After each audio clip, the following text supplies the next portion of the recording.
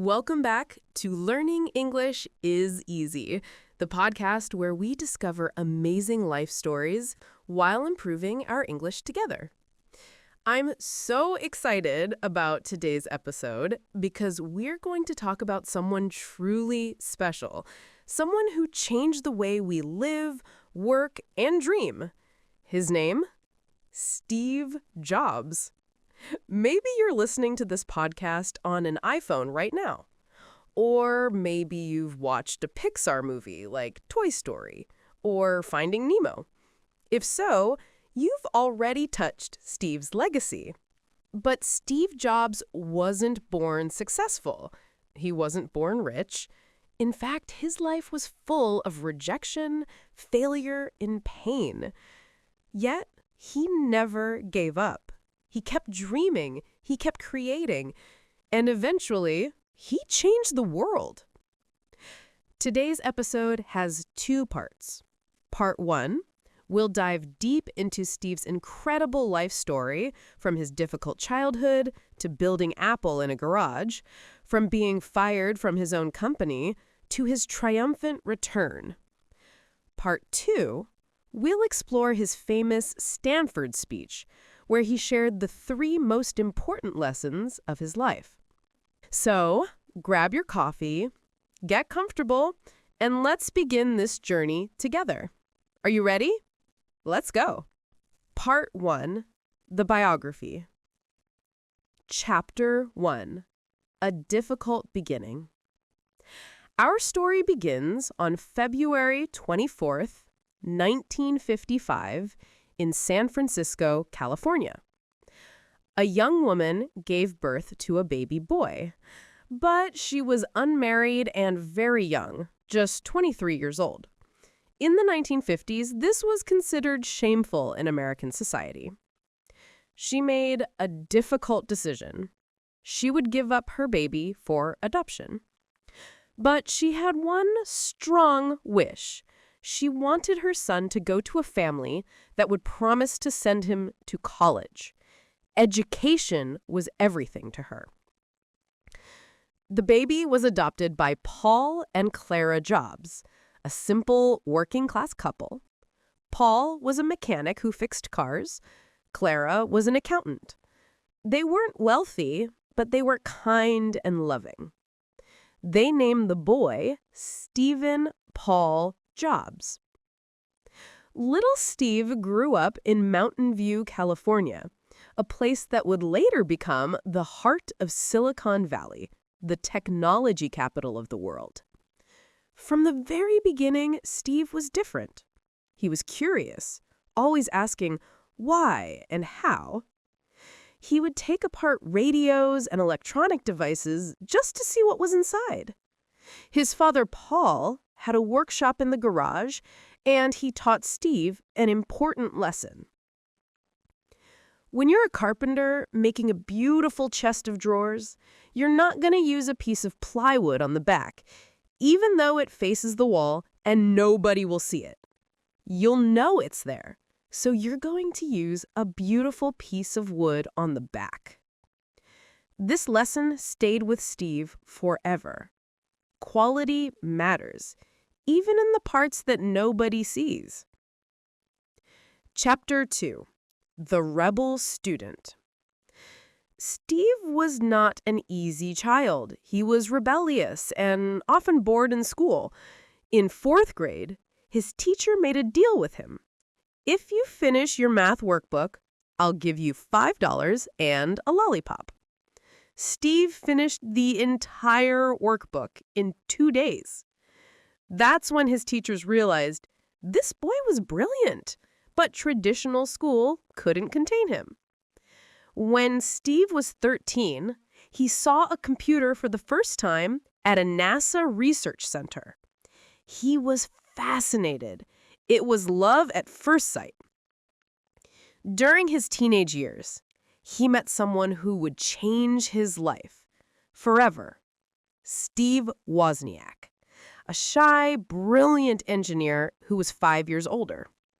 Woz, as everyone called him, was a genius with electronics. Young Steve Jobs was a genius with people and ideas. Together, they were unstoppable. They would stay up all night in Woz's garage, building electronic devices, talking about technology and the future. They even built something called a blue box, an illegal device that let people make free long-distance phone calls. They sold about 100 of them. Was it legal? No. Was it clever? Absolutely. And it taught Steve an important lesson. A small group of passionate people could create something that challenges powerful corporations. Chapter 3. Reed College.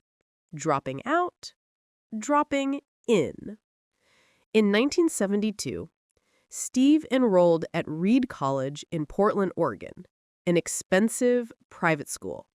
His parents used all their savings to pay for it. Every penny. Everything. But after 6 months, he felt terrible. He didn't know what he wanted to do with his life. He was spending all his parents' money, and for what? So, he made a bold decision. He dropped out. But here's the beautiful part. He didn't leave. He dropped in. He stayed on campus and attended whatever classes interested him, without worrying about grades or requirements. He slept on the floor in friends' dorm rooms. He returned Coke bottles for the 5-cent deposit to buy food. Once a week, he walked 7 miles to get a free meal at the Hare Krishna temple. And he took a calligraphy class. Calligraphy is the art of beautiful handwriting. It seemed completely useless at the time, but Steve found it fascinating. The spacing between letters, the different typefaces, the beauty of design. 10 years later, when he was designing the Macintosh computer, all that calligraphy knowledge came back. The Mac became the first computer with beautiful, artistic fonts. The lesson? Follow your curiosity. Even when something seems useless, it might become the most important thing later. Chapter 4. The Birth of Apple. In 1974, Steve got a job at Atari, one of the first video game companies. He was difficult to work with, intense, demanding, and he rarely showered. Yes, really. His coworkers complained about him so much that his boss made him work the night shift alone. But Steve had bigger dreams than working for someone else. In 1976, Wozniak showed Steve an amazing invention he'd been working on. A personal computer small enough to fit on a desk. Remember, in 1976, computers were huge, the size of entire rooms. They cost millions of dollars, and only universities and big companies had them. But Wozniak had built something different, something revolutionary. Steve immediately saw the potential. He said, "We need to sell this." Wozniak wasn't sure. He was happy just building things for fun, but Steve was persuasive. He convinced his friend, "We're going to change the world." They needed money to start. Steve sold his Volkswagen van. Woz sold his precious calculator. Together, they raised $1,300. They started building computers by hand in Steve's parents' garage. They needed a name for their company. Steve suggested Apple. Why Apple? Maybe because Steve had spent time living on an apple farm. Maybe because it sounded friendly and simple. Or maybe, as Steve said, Apple comes before Atari in the phone book. The first computer they sold was called the Apple I. It was basically just a circuit board. They sold about 200 of them. But then came the Apple II in 1977, and everything changed. The Apple II was beautiful. It had color graphics. It could display words and pictures. It came in a nice plastic case. But most importantly, it was easy to use. You didn't need to be an engineer to operate it. Regular people, teachers, writers, artists, students could use it at home. Within 3 years, Apple went from a garage operation to a $1 billion company. Steve Jobs was only 25 years old, and he was worth over $200 million. He had achieved the American dream. But the story was just beginning. Chapter 5. The Macintosh. Insanely great. Success brought new challenges. Apple was growing fast, too fast. The company hired professional managers, business people, executives. Steve felt he was losing control of his own creation. So he poured all his passion into a new project, the Macintosh. He wanted to create insanely great technology, his favorite phrase. Not just good, not just excellent, insanely great. The Macintosh team was like a pirate crew, young, wild, and rebellious. They worked 90-hour weeks. They believed they were changing the world. Steve pushed them to their limits. He would say things like, "This is garbage. Do it again. This is the worst thing I've ever seen." But also, "This is amazing. You're a genius." Was he a difficult boss? Yes. Did people sometimes cry after meetings with him? Yes. But he got results. He made people do things they didn't think were possible. In 1984, Apple launched the Macintosh with one of the most famous commercials in history, directed by Ridley Scott, the director of Alien. The Mac was revolutionary. It had a mouse. It had icons you could click on. It had something called a graphical user interface that made computers friendly and intuitive.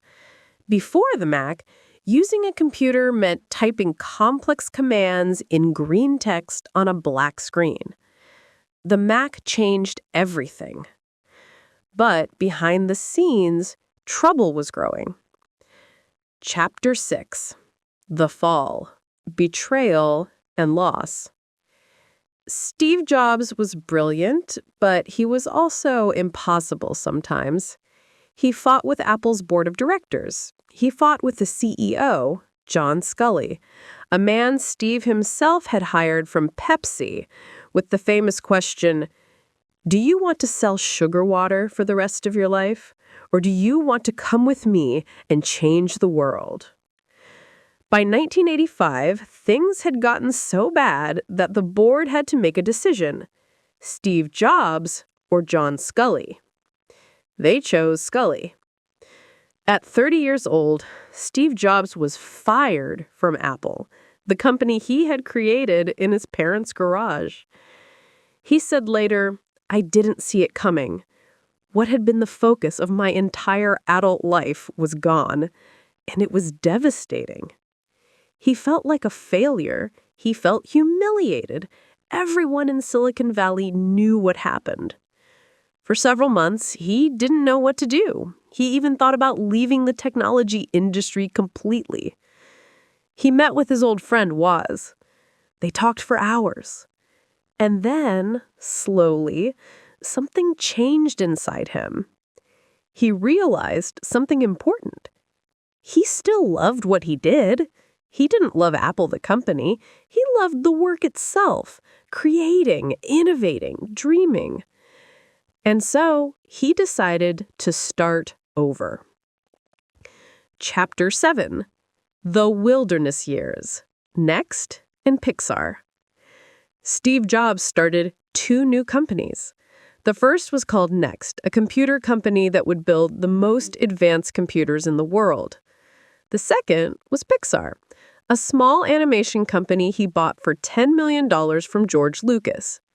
Most people thought Steve was crazy. You're starting over? You already failed once. But Steve didn't care what people thought. Next computers were beautiful, but very expensive. They didn't sell well. The company was struggling. Meanwhile, Pixar was burning through money. They were trying to do something nobody had done before: create a full-length movie using only computer animation. For 10 years, Pixar worked on their first film. 10 years! During this time, Steve lost money, a lot of money. He invested over $50 million of his own money to keep Pixar alive. People called him a has-been, someone whose best days are behind him. His ex-girlfriend even told him, "You've never achieved anything on your own. You were just lucky with Apple." Those words hurt, but they also motivated him. In 1995, Pixar released Toy Story, the first completely computer-animated movie in history.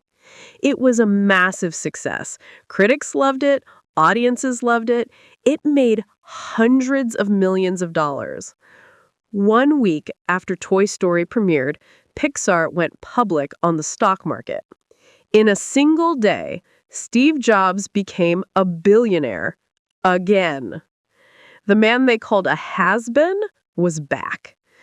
But the best was yet to come. Chapter 8. The Return. Saving Apple.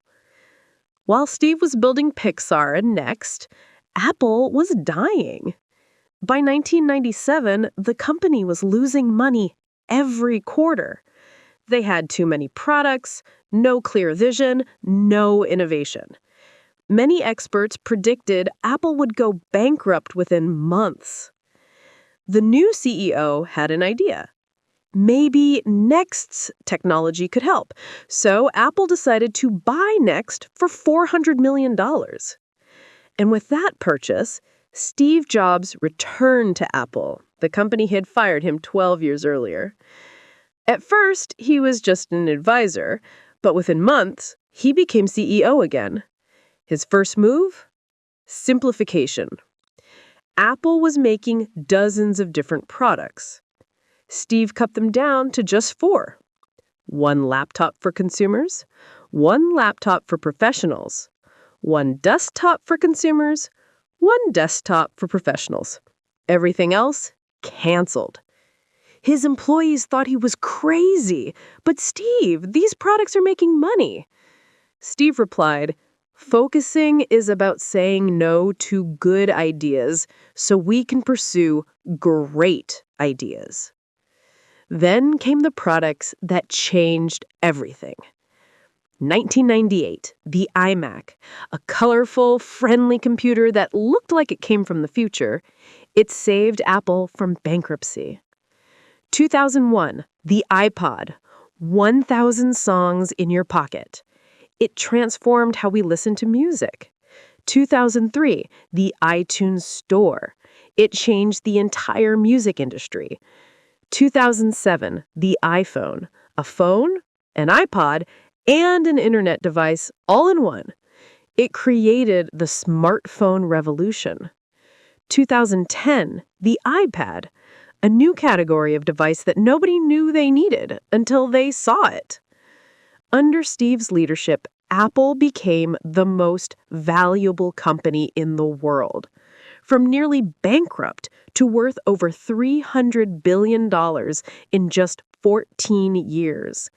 It was the greatest comeback in business history. Chapter 9. The final chapter. In 2003, Steve discovered he had a rare form of pancreatic cancer.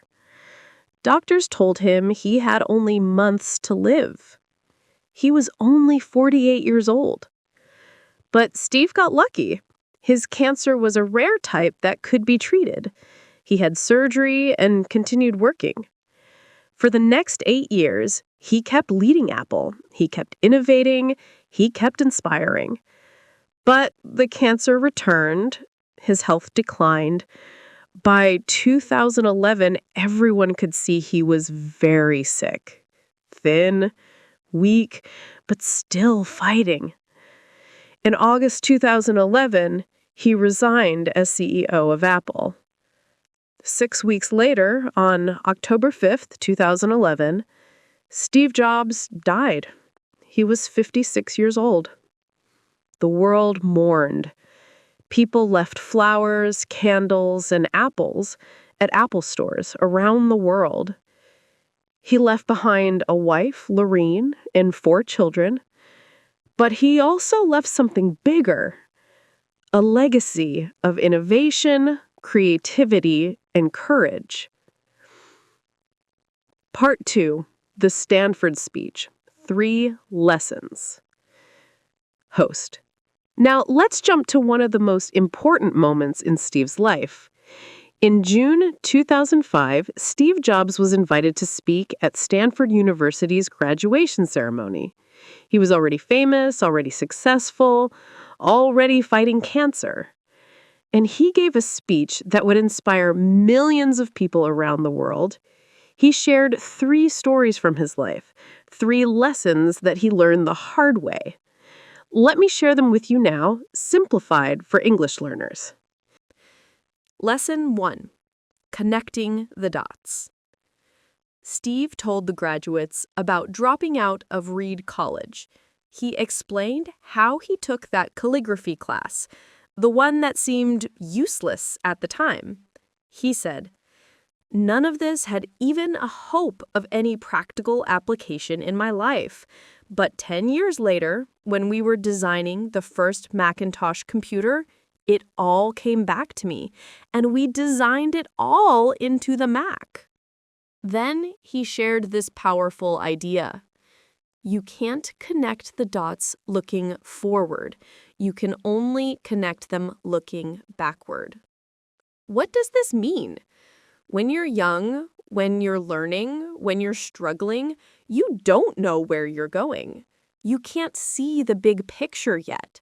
Maybe you're studying English right now and thinking, why am I doing this? How will this help me?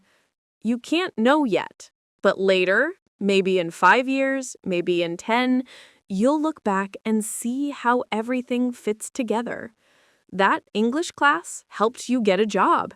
That difficult moment made you stronger. That useless hobby became your career.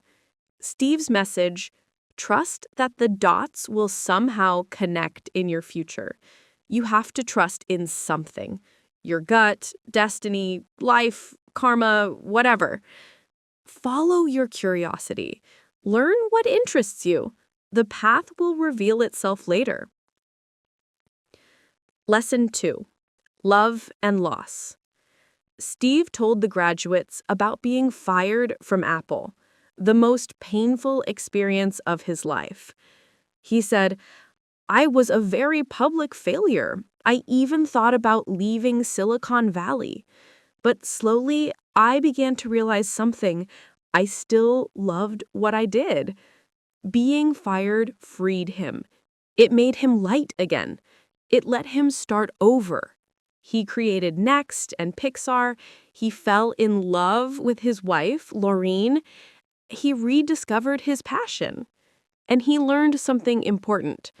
Sometimes life hits you in the head with a brick. Don't lose faith. When something terrible happens, when you fail, when you're rejected, when you lose something important, it feels like the end of the world. But it might be the beginning of something better. Steve said that getting fired from Apple was the best thing that ever happened to him. The heaviness of success was replaced by the lightness of being a beginner again. His message? Keep looking. Don't settle. Don't give up when things go wrong. Don't settle for a job you hate, a life you don't love, or a dream you've abandoned. Keep searching for what makes your heart sing. Lesson 3. Death. This is the most powerful lesson. Steve told the graduates, "About a year ago, I was diagnosed with cancer. The doctors told me I should expect to live no longer than 3 to 6 months." He went on, Remembering that you are going to die is the best way I know to avoid the trap of thinking you have something to lose. Death is scary, but thinking about death can actually free you. When you remember that life is short, you stop worrying about what other people think. You stop being afraid of failure. You stop wasting time. Every morning, Steve looked in the mirror and asked himself, if today were the last day of my life, would I want to do what I am about to do today? If the answer was no too many days in a row, he knew he needed to change something. His message? Your time is limited, so don't waste it living someone else's life. Don't live for your parents' dreams. Don't live for society's expectations. Don't live for other people's opinions. Live for yourself. Do what you love. Follow your heart. And at the end of his speech, he shared 4 words that became legendary. Stay hungry, stay foolish. Stay hungry means never stop learning, never stop growing, never be satisfied. Always want more. Not more money or success, but more knowledge, more experience, more life. Stay foolish means don't be afraid to look silly. Take risks. Follow crazy ideas. The people who change the world are the ones who dare to think differently. And there you have it. The incredible story of Steve Jobs. From an adopted baby to a college dropout, from a garage inventor to a fired CEO. Steve Jobs proved that failure is not the opposite of success. It's part of the journey. He taught us that passion, persistence, and creativity can change the world. So I want to leave you with a question today, a question Steve would want you to ask yourself. What dots are you collecting right now? What are you curious about? What makes you feel alive? Don't worry if you don't have all the answers yet. Just trust the process. Follow your heart, stay hungry, stay foolish. Thank you so much for listening to today's episode. I hope Steve's story inspired you as much as it inspired me. If you enjoyed this podcast, please share it with your friends who are learning English. And remember, every moment is a chance to learn, to grow, and to create something beautiful. See you in the next episode. Keep dreaming big.